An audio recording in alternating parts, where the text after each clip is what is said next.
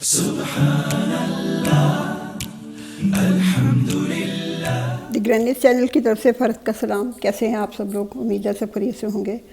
آپ سب کو بہت بہت جمعہ مبارک ہو۔ بڑوں کو آداب، چھوٹوں کو پیار۔ سدا خوش رہیے، آباد رہیے، شاد رہیے، اپنے اپنے گھروں میں اپنے اپنے بچوں کے ساتھ، اپنے بزرگوں کے ساتھ اللہ تعالیٰ کے حفظ و امان میں رہیے۔ آمین ثم آمین۔ جب ہم اپنی زندگی پر نظر مارتے ہیں تو ہمیں پتہ چلتا ہے کہ بچپن سے جوانی اور پھر جب ہم اپنے بڑھاپے میں قدم رکھتے ہیں تو یہ مختلف مراحل ہیں جو ہم طے کرتے ہیں اپنی پوری زندگی میں۔ لڑکپن اور جوانی میں دوسروں کی مدد کا بہت زیادہ جوش ہوتا ہے، کچھ کر گزرنے کی لگن ہوتی ہے، پھر بہت ساری جگہوں پر ہم کچھ کر بھی جاتے ہیں۔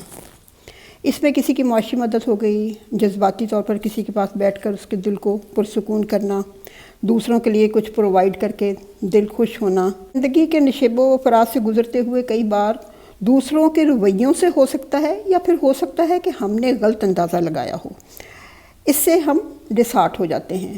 یعنی جو مختلف رویوں کا جو فرق ہوتا ہے وہ ہمیں ڈسہارٹ کر سکتا ہے، یا پھر ہو سکتا ہے کہ ہم سے کوئی غلط اسیسمنٹ ہوئی ہو جس کی وجہ سے کہ ہمارا دل خراب ہوا ہو۔ آہستہ آہستہ دوسروں کے ساتھ دلجوئی کرنا، مدد کرنے کا جو ہمارے اندر جوش جذبہ ہوتا ہے وہ ٹھنڈا پڑنے لگتا ہے۔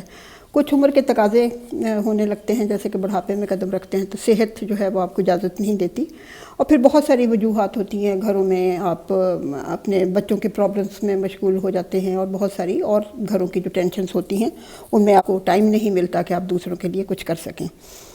اور پھر آہستہ آہستہ انہی وجوہات کی بنیاد پر ہم اپنے جو دل کے دروازے ہوتے ہیں دوسروں کے لیے ان کو بند کرنا شروع کر دیتے ہیں۔ جو ہمارے اندر جوش ہوتا ہے، جو ہمارے اندر کسی کے لیے جذبات ہیں جو ہمیں محسوس کرواتے ہیں، وہ آہستہ آہستہ سرد پڑنے لگتے ہیں، اور پھر ہم آہستہ آہستہ بالکل ہی لا تعلق ہو کر رہ جاتے ہیں۔ یہ جو دل کے دروازے جو کسی کی مدد کرنے کے لیے یا کسی کی دلجوئی کرنے کے لیے بند ہونا شروع ہوتے ہیں، ان کا بہت جو بڑا فیکٹر ہوتا ہے وہ یہی ہے کہ ماضی میں برتے ہوئے دوسروں کے رویے یاد آنے لگتے ہیں، اپنے مستقبل کا ڈر محسوس ہونے لگتا ہے۔ ہمارے جو بزرگ تھے وہ کہا کرتے تھے کہ صاحب ایمان وہ ہے جو ماضی کی باتوں کو درگزر کرتے اور آنے والے وقت سے پہلے مت ڈرے۔ دوسروں پر اپنے دل کے دروازے مت بند کریں۔ اگر آپ کسی کے لیے اپنے دل کے دروازے کھلے رکھتے ہیں، اپنی مدد کا جو جذبہ ہے اس کو جوان رکھتے ہیں، اور اس کو اس سے آسانی حاصل ہوتی ہے، تو آپ کو اس کا انعام ضرور ملے گا، جس کا اندازہ ہم نہیں کر سکتے، کیونکہ کسی کو گائیڈ کرنا، کسی کے لیے آسانی فراہم کرنا بڑے اجر کا کام ہے۔